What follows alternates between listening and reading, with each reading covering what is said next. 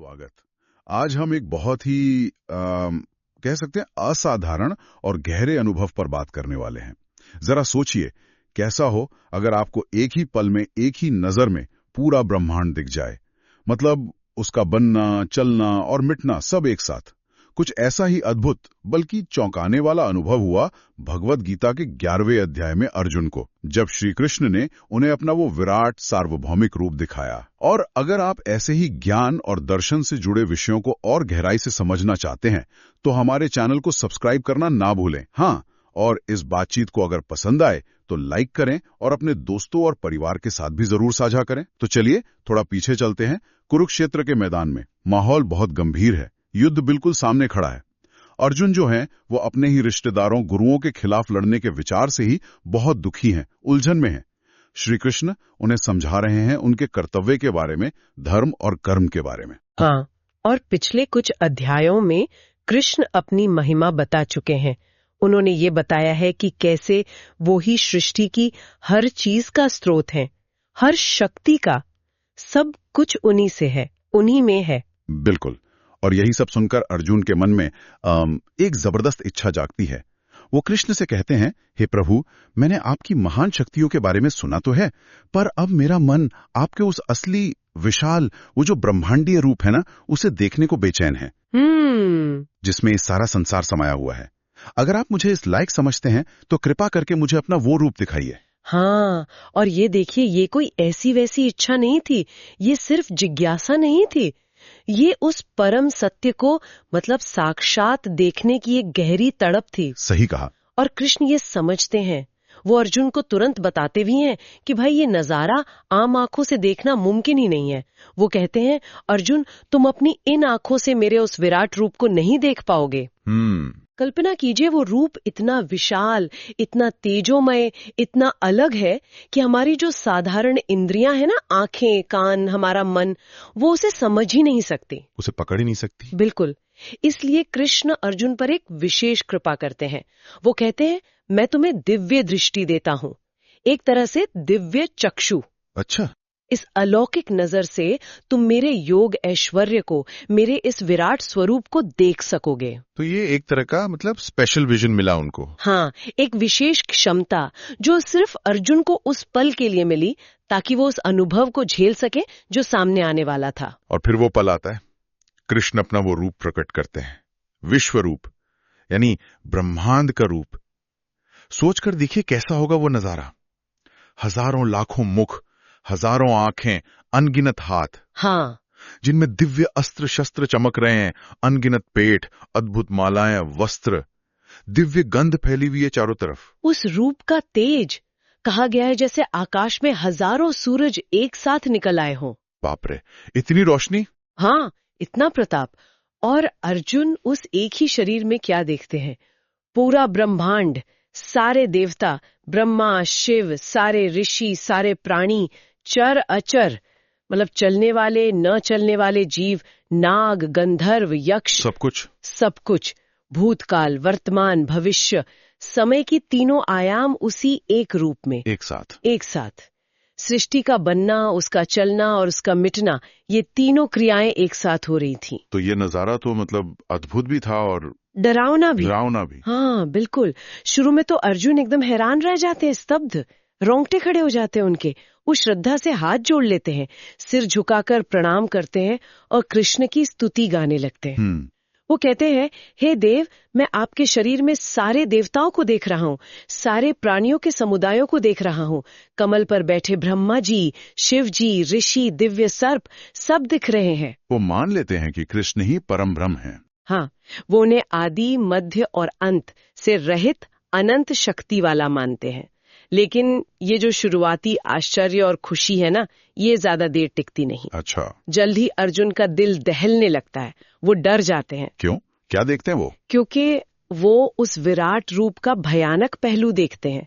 वो देखते हैं कि बड़े बड़े योद्धा, और सिर्फ कौरव ही नहीं, उनकी अपनी तरफ के भी। हाँ, उनकी अपनी तरफ के महारथी जैसे भीष्म पितामह, गुरु द्रोणाचार्य और कर्ण भी सब के सब तेजी से कृष्ण के विकराल आग उगलते हुए मुखों में समाते जा रहे हैं। जैसे पतंगे होते हैं ना, मोह में पड़कर खुद ही आग में कूद पड़ते हैं। वैसे ही ये सारे वीर विनाश की तरफ भागे जा रहे थे। ये देख के तो कोई भी डर जाएगा। बिल्कुल। अर्जुन कांप उठते हैं। उन्हें साफ समझ आ जाता है कि कृष्ण सिर्फ उनके दोस्त या सारथी नहीं है, वो तो स्वयं काल है। महाकाल। हाँ, समय का वो रूप जो सब कुछ बनाता है और अंत में सब कुछ निगल जाता है।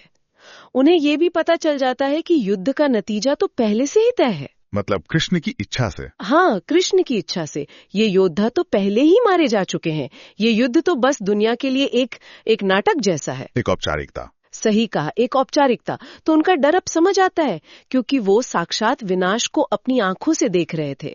और यहीं पर कृष्ण वो सबसे गहरा, सबसे जरूरी संदेश देते हैं। अर्जुन की घबराहट देखकर वो कहते हैं, कालोस्मी लोकक्षयकृत प्रवुद्धो लोकान समाहर तुम यहाँ प्रवृत्तः। यानी मैं लोकों का नाश करने वाला बड़ा हुआ काल हूं। इस समय इन सब लोगों का संहार करने के लिए यहां आया हूं। वो साफ कहते हैं, ये जो विरोधी सेना में योद्धा खड़े हैं ना, इतने युद्ध करने के बिना भी नहीं बचेंगे, पहले ही मारे जा चुके हैं। हाँ, और फिर वो अर्जुन को उनके कर्तव्य की याद दिलाते हुए कहते हैं, तस्मात्त्वमुत्तिष्ठा यशो लभस्व। जित्वा शत्रून् भुङ्क्ष्व राज्यम समृद्धम मयेवै ते निहता पूर्वमेव निमित्त मात्रम भव सव्यसाचिन। इसका मतलब? इसका अर्थ है, इसलिए तुम उठो, यश प्राप्त करो और शत्रुओं को जीतकर धन धान्य से संपन्न राज्य का भोग करो। ये सब शूरवीर मेरे द्वारा पहले ही मारे हुए हैं। हे सव्यसाचिन, ये अर्जुन का एक नाम है। हाँ, जो दोनों हाथों से बाण चला सकते थे। हाँ, तुम तो केवल निमित्त मात्र बन जाओ, मतलब सिर्फ एक जरिया बनो। ये बात बहुत गहरी है। हाँ, कि हम कर्ता नहीं हैं। हाँ, कर्ता होने का अहंकार न रखें। हम एक बड़ी योजना में सिर्फ एक माध्यम हैं। हमारा काम है अपना कर्तव्य निभाना, पूरी ईमानदारी से, पूरी क्षमता से, और फल की चिंता या उसके श्रेय का मोह छोड़ देना। वाह, ये तो बहुत बहुत बड़ी बात है। इस विराट रूप के दर्शन और कृष्ण के इन शब्दों ने अर्जुन को अंदर तक हिला दिया होगा। बिल्कुल। वो इतने अभिभूत और डरे हुए थे कि उनका शरीर कांप रहा था, गला भराया था। वो फिर से हाथ जोड़कर डरते डरते थोड़ी लड़खड़ाती आवाज में कृष्ण की स्तुति करते हैं। वो उन्हें अनंत, अजन्मा, देवों का भी देव, जगत का पिता, सबसे महान गुरु, पता नहीं क्या क्या कहकर उनकी महिमा गाते हैं। और फिर शायद माफी भी मांगते हैं। हाँ, वो अपनी पिछली भूलों के लिए माफी मांगते हैं। वो कहते हैं, हे अच्युत, मैंने आपको अपना दोस्त समझकर अनजाने में या प्रेम में कभी हे कृष्ण, हे यादव, हे सखे कह दिया। मैंने आपके इस महान दिव्य स्वरूप को जाना ही नहीं। अगर मैंने कभी हंसी मजाक में, चलते फिरते, सोते जागते, अकेले में या दूसरों के सामने आपका अपमान किया हो, तो हे अप्रमेय, मतलब वो जिसे मापा ना जा सके, जिसकी कोई था ना पा सके। हाँ, उन सब अपराधों के लिए मैं आपसे क्षमा मांगता हूँ। ये विनम्रता देखिए। हाँ, फिर वो कहते हैं कि मैं आपके इस अद्भुत रूप को देखकर खुश तो हूँ, लेकिन मेरा मन डर से बहुत व्याकुल हो रहा है। इसलिए कृपा करके आप अपना ये भयानक रूप समेट लीजिए और मुझे अपना वही पहले वाला सौम्य रूप दिखाइए। या तो चतुर्भुज विष्णु रूप या फिर अपना वही मानवीय रूप। और कृष्ण मान जाते हैं। हाँ, लेकिन पहले वो अर्जुन को धीरज बंधाते हैं। वो कहते हैं कि मेरा ये विराट रूप देखना बहुत दुर्लभ है। बड़े बड़े देवता भी इसके दर्शन के लिए तरसते हैं। ये न वेदों से, न तप से, न दान से, न यज्ञ से संभव है। ये तुमने जो देखा है वो बहुत खास है। अच्छा। और फिर कृष्ण उस विराट रूप को समेट लेते हैं।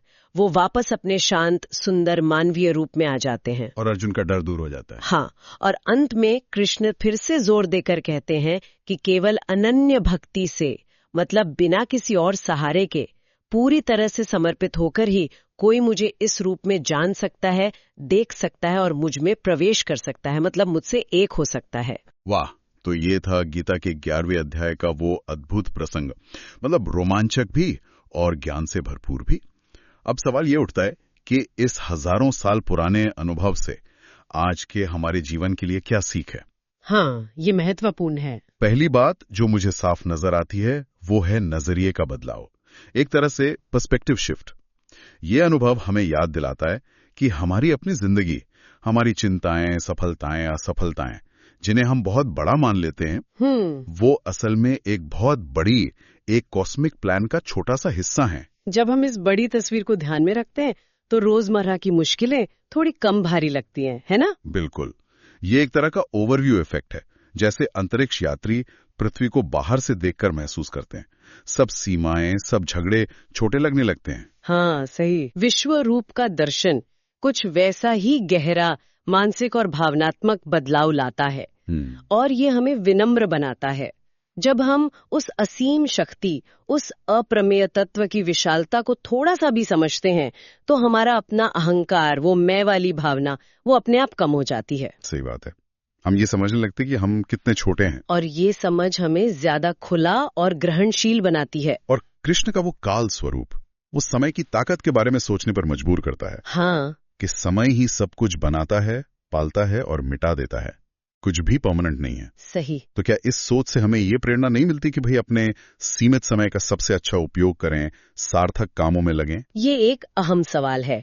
काल का रूप हमें सच दिखाता है, लेकिन क्या ये हमें निष्क्रिय बना सकता है?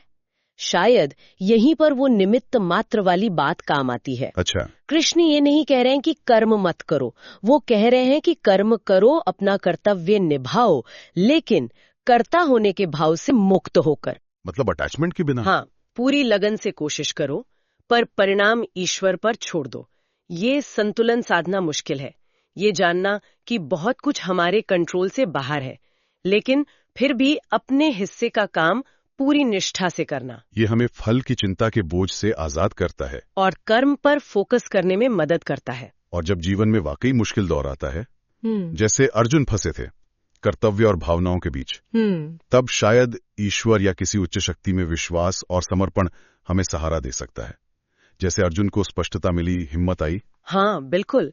वो विश्वास हमें भी मुश्किल समय में शांति, हिम्मत और सही रास्ता दिखा सकता है।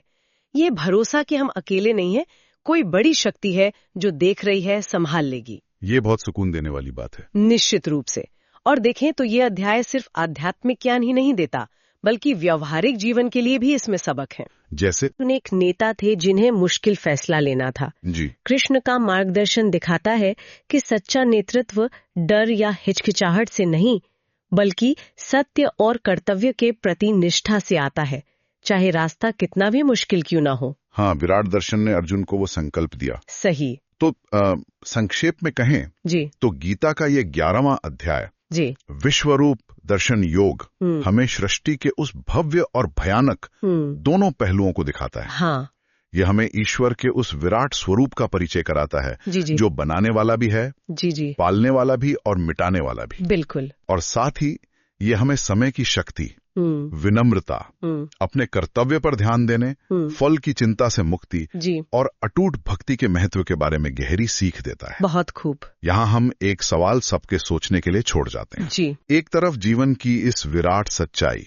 इस बड़ी तस्वीर को समझना कि हम एक विशाल योजना का हिस्सा हैं, और दूसरी तरफ अपने रोजमर्रा के छोटे छोटे कर्तव्यों, अपनी जिम्मेदारियों को पूरी लगन और ईमानदारी से निभाना। इन दोनों के बीच सही संतुलन कैसे बनाया जा सकता है? ये वाकई सोचने वाला सवाल है। इस पर आपके क्या विचार हैं? हमें नीचे कमेंट सेक्शन में जरूर बताइएगा। हाँ, जरूर। अगली बार फिर मिलेंगे एक और विषय पर ऐसी ही गहरी चर्चा के साथ। तब तक के लिए अलविदा। अलविदा।